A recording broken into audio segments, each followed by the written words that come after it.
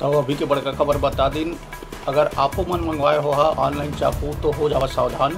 काबर की रायपुर पुलिस चिन्ही करत जेन जेन ऑनलाइन बटनदार चाकू मंगाए तेला।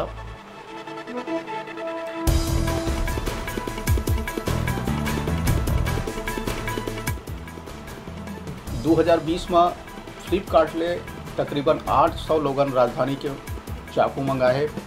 तेकर खोज खबर शुरू कर दी है पुलिस।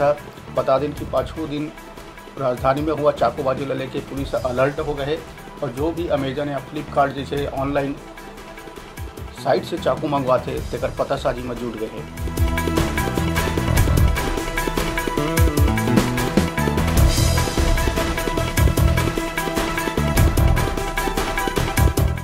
तो राजधानी रायपुर के खबर जेन जेन मन ऑनलाइन साइट से चाकू मंगवाए है तेकर चिन्हित करते पुलिस तेला फ़ोन करके चाकू ला थाना में जमा करे के बाद कहते। बता दिन पाँचों दिन राजधानी में चाकूबाजी के बढ़त अपराध ला देखते हुए पुलिस सतर्क हो गई।